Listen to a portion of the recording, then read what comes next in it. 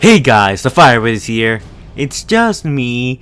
Today, I'm bringing you knowledge. We are solving a long-time mystery of the Bayverse. What's the deal with Megatron's Red Mark? After years, how long has it been since the last night? Hasn't been that long.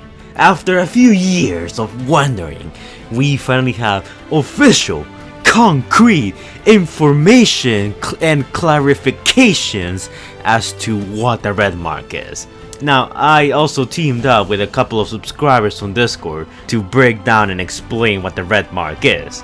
If you guys want to participate, link to my Discord is gonna be in the description down below, in the comments down below. I've been letting subscribers participate in some more of my videos, very often. And I'm also gonna do a double upload today. I'm uploading this video and I'm uploading the longer podcast, because not everything that I talk about with my subscribers makes it into the video. So there's a lot of extra footage, and that's gonna be its own separate video. Since we expand a bit more on the topic and we talk about other possibilities and other things that they could have done to make the whole red mark plot point better. So after you're done watching this video, be on the lookout. Another upload's coming soon. Anyways, let's get on with it. Ninsu is like the third main character of the Fire YouTube channel. He's like the brother I never had. I get to make fun of him and he actually shows up. Anyways, do you all know why you're here today? Yeah, We're gonna- Megatron. No, it's about Megatron's Red Mark. Yeah, we're talking about the red mark from the last night. And no, we're not doing a I have a theory pretty or obvious anything like that. We finally have the honest to god answer as to what the frick that is. TFcon recently had an interview with one of the guys who was working on the 3D model for Megatron in the last night.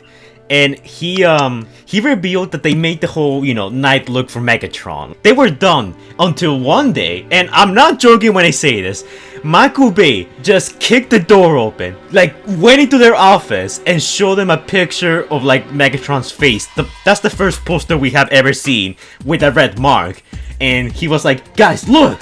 And then the 3D modeling team was like, oh my god, what have you done now? Michael Bay gave them the order to, I want you guys to include that and figure out what that is. So he had no idea what the red mark is. He told them, hey, I made this. It looks cool. I want you to justify it. And luckily, the guys working on the 3D models were actual Transformers fans. So they were like, okay, so red mark, we have Unicorn in the film. Let's say it's Dark Energon. And so it is. It's pretty much confirmed that the red mark is actually Dark Energon. So that's kind of cool, I guess. It doesn't work like it does in Transformers Prime. Dark Energon here is not the blood of Unicron. It doesn't make a Transformers weaker. It's in this universe, it just possesses them, and apparently that's it. And they also needed a way for the red mark to disappear eventually. The guys actually mentioned that since Energon's a huge MacGuffin in the movies and in the cartoons, they mentioned that the way that Optimus was originally intended to lose the red mark was that when he's attacking the Nest soldiers and Bumblebee inside the ship with the Knights, they were gonna throw energon canisters at Optimus towards his face, and that was gonna have a chain reaction which was gonna wash the mark away. But instead, the studio said, no, we're not doing that. Instead, the power of friendship, the power of Bumblebee's voice is gonna bring Optimus Prime back from mind control. And so it was, and so did the movie suck. I'm sorry.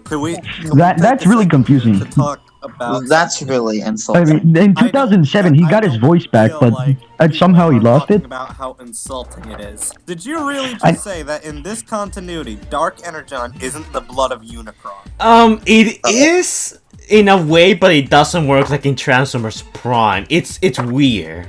That makes sense. The Bayverse is kind of confusing. Yeah.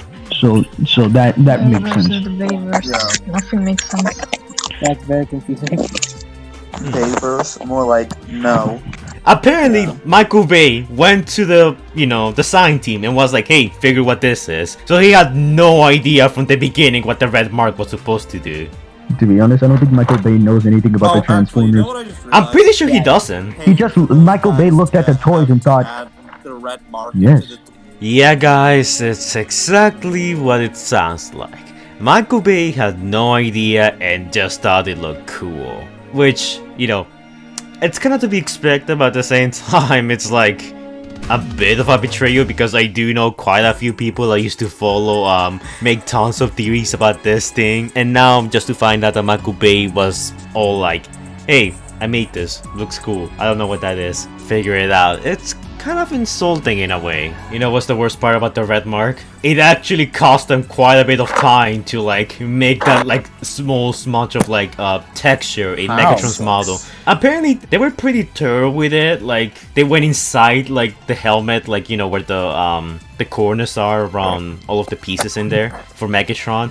So that took quite a bit of time to like program into the model because they were pretty much done with Megatron. That was like an extra thing that they added.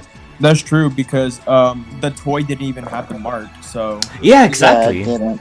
Actually, you're right about that. I didn't even thought about that. The class toy for Megatron. It doesn't have it. Well, Michael Bay does None of things them do. whether, you know, he finds it cool. If it's cool, he's gonna add it into his movie. If it's not, then he doesn't add it. Yeah. It's pretty simple. Like Devastator's Also- balls. I primarily found out this information through the TFcon YouTube channel, which they uploaded a video to their YouTube channel in which they have a small interview with one of the 3D designers for The Last Night. And in there he gives some really interesting insight as to the process of how these movies are made and stuff like that. And he basically told us his story and like what's the deal with the red mark and what was its original intent. And honestly, it's kind of what I expect for a Michael Bay production. It's like, hey, we had no idea, we just made it out as we went along, which it's probably the perfect way to summarize the way Michael Bay does his movies. But then this happened, but then that happened, but then an 8-wheeler showed up, but then a helicopter blew up. It's kind of like that, which, you know, it makes me all the more grateful that at least House was moving away from him and letting directors who actually give a about Transformers direct these movies. So that's good. Anyways, order in the court, everyone shut up and nicely. What I like about what the red mark implies, it means that A, Megatron met Quintessa and Quintessa slapped him in the face. That's kind of funny. And B, this just makes Megatron more of a if you think about it, because now he's the lapdog to Quintessa. He's already been the lapdog to the Fallen and Sentinel. Yeah, but He's just a And He hasn't been a main villain. But And, in like, Dark of the Moon, since the at last least he one. rebelled against Sentinel Prime. In this one, he literally stays loyal to the end, even though it's against his will. Megatron. I wish Megatron killed Quintessa. he doesn't want to kill her because she's a technical creator of all Cybertronian in the Bayverse. But would Megatron All care they though? no, listen. All they had to do in the last night to make Megatron feel like Megatron is just have a scene with him and Barricade, showing that he intends to betray Quintessa once he gets what he wants, like what he did with Sentinel. Yeah, they should have done that. Obey. Wait. Okay, so you know how I told you that the original plan to get rid of the red mark was to throw Energon at Optimus Prime's face to basically get rid of it? Yeah.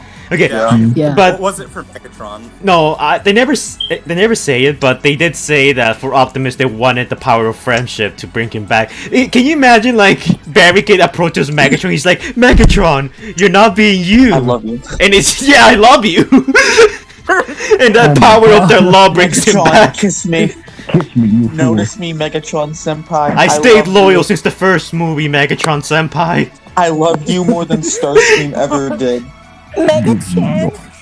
No, Matarka, That don't. sounded- One more and I'm that- kicking you. Honestly, that sounded like Eric Cartman. That's the whole deal with the red mark. Honestly don't have much to say or elaborate since it's pretty self-explanatory. My subscribers and me already covered that pretty well in our little sections. But anyways, I guess the question of the day for you guys would be, how do you feel about the red mark being Dark Energon? Supposedly, it's not the same as the blood of Unicron that we saw in Transformers Prime. Apparently, Dark Energon in this continuity just possesses people, and as far as we know, doesn't have a connection to Unicron. At least, none that we know for sure. Like, the guy basically just said that Dark Energon in Transformers Prime possesses people to some degree, so they just using the movies for the whole possession factor. Like, we don't know if it's connected to Unicron or whatever. So as far as we know, Dark Energon here might as well not be called Dark Energon. It's like something else completely unrelated. But yeah, I wonder if Trans TV is gonna make a video about this. It probably will. But yeah guys, one of the biggest mysteries in the Bayverse has finally been solved. Tune in next time where we will tackle the question, why the frick doesn't Optimus revive anyone with the Matrix? I mean, supposedly he has an unlimited amount of Energon. But jokes aside, Earthrise is coming very soon, so expect some more Earthrise videos on the channel. So if you haven't caught up with Siege, or if you just don't care about Siege and you're just curious about Earthrise, stay tuned because I'll probably make plenty of videos about that. Also, happy holidays, Christmas. Right now I'm recording this Christmas Day, so unfortunately I don't really have a Christmas themed video ready, mostly because I've been kind of busy working on some stuff. So yeah, I mean, it's kind of to be expected. Have you even seen my upload schedule? Okay, I'm recording. I'm recording now. If you want to shout out your channel, do it right now. My name is my channel name is exactly that. I do gaming content and sometimes other stuff. Go subscribe, please, I beg. I'm lonely. You should add that at the end. But anyways guys, before we go, shout out to our patrons, TrueBlue712, Stitch Productions, Stephanie Bowler, Christopher Prime, Frederick Hunter Plays, Mario Gordon, and the absolute madman himself, Jordan the Great, who donated $100. Thanks a lot to you guys. I tip my fedora in gratitude. A link to their channels and our Patreon are gonna be in the description and in the comments down below. Make sure to go check out their channels. Some of these guys do pretty cool content, and if you guys want to shout out your subs, all you have to do is donate to our Patreon. By donating to our Patreon, you get quite a few rewards. You can collab with me in some of my videos, you get exclusive roles on my Discord server, you can request your own videos, maybe even appear in some of my videos if you so choose, and I'm adding more rewards as time goes on. So yeah, it's a pretty good deal. But keep in mind that it is completely optional because freedom is the right of all sentient beings. So yeah, thank you guys for donating, it's much appreciated, and I'll see you guys on the next one. Bye.